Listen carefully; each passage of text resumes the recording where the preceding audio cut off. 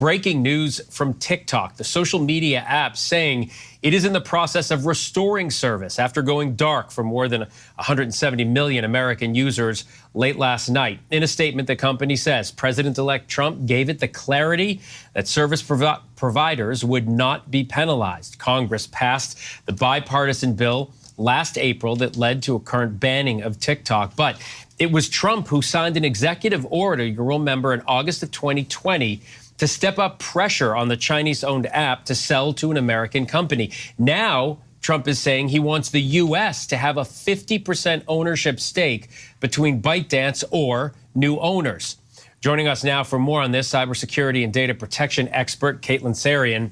Caitlin, thanks for taking the time and being with us. Let's start by getting your reaction to TikTok's announcement on a restoration of service.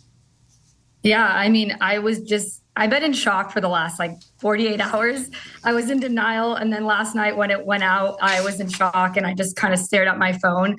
I'm pretty excited to see what happens in the future. And this is looking good for the 170 million of us that are on TikTok. But yeah, I mean, I think it's been a roller coaster of emotions for a lot of us that are content creators on the platform.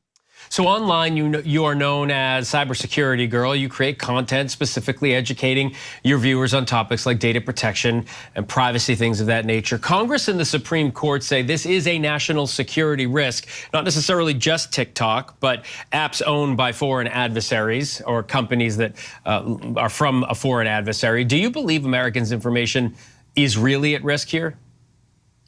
Well, as a cybersecurity professional, you know that everything is a risk, right? You always have to take a risk-based approach. So every service, every website, every app that you use and download, every time you're giving your information to someone, no matter who it is, you have to take a risk-based approach.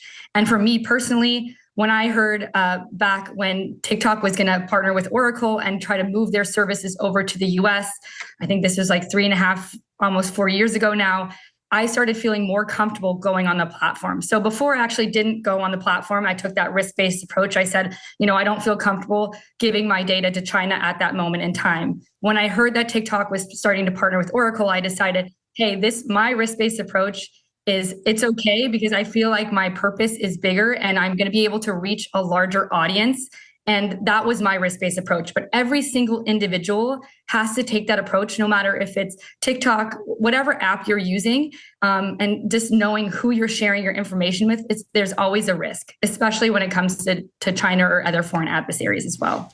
Yeah, I think most Americans, I get personal texts to my personal phone from politicians asking me, all sorts of things. Everybody gets my information. So I think a lot of Americans are like, wait a minute, everybody has our information, but this is different. This is about foreign adversaries and what they could possibly do.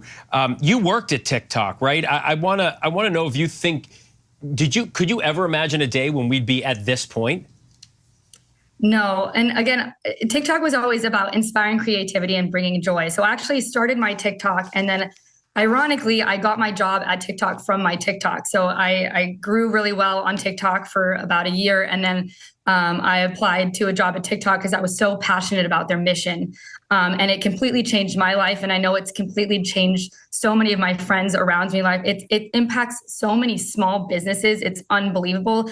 And it is a little bit ironic that I truly feel like the TikTok app is the American dream, right? It's allowing people to reach worldwide. It's allowing small businesses to expand outside of their small hometowns. It's really bringing in tons of money for American citizens. And so I had such a passion and purpose. I really, really wanted to work there. And seeing all the behind the scenes, I want to preface that I did not work there's two separate TikToks, right? There's a TikTok US, after Trump had stated that he wanted to bring it more to the US or sell to the US. So they started splitting off. There's a TikTok US specifically, and then there's a TikTok Global. And I actually worked at TikTok Global. So I didn't see or touch any of the US data. We were solely focused on everything outside of the US. So all the other countries that use TikTok. But the team that I know that worked at TikTok US, like dedicated individuals, ex-FBI, ex-CIA agents. And then they are, again, partnering with Oracle. So I really felt comfortable with them. But again, it's a risk-based decision. Obviously, I don't know what the Supreme Court saw. I think there's a lot of stuff that's going on behind the scenes that I didn't have any privy of seeing. And a lot of the American citizens don't, which is why most of us are very confused and hurt and upset and shocked. But I truly believe that our government is doing this to protect the United States as a whole, even if we might not see it that way. So again, it's hard for me because I see both sides, right? I absolutely love the platform. I've seen how much it impacts people, but I also see the negative side effects of apps and just cybersecurity as a whole. So it's very hard for me to judge. All I know is personally, I don't regret my decision of going on TikTok. It's completely changed my life, and I know it's changed so many other people's lives as well. Caitlin Sarian, thanks so much for taking the time to talk to us about it. I do appreciate it. Yep, no problem. Thanks for having me.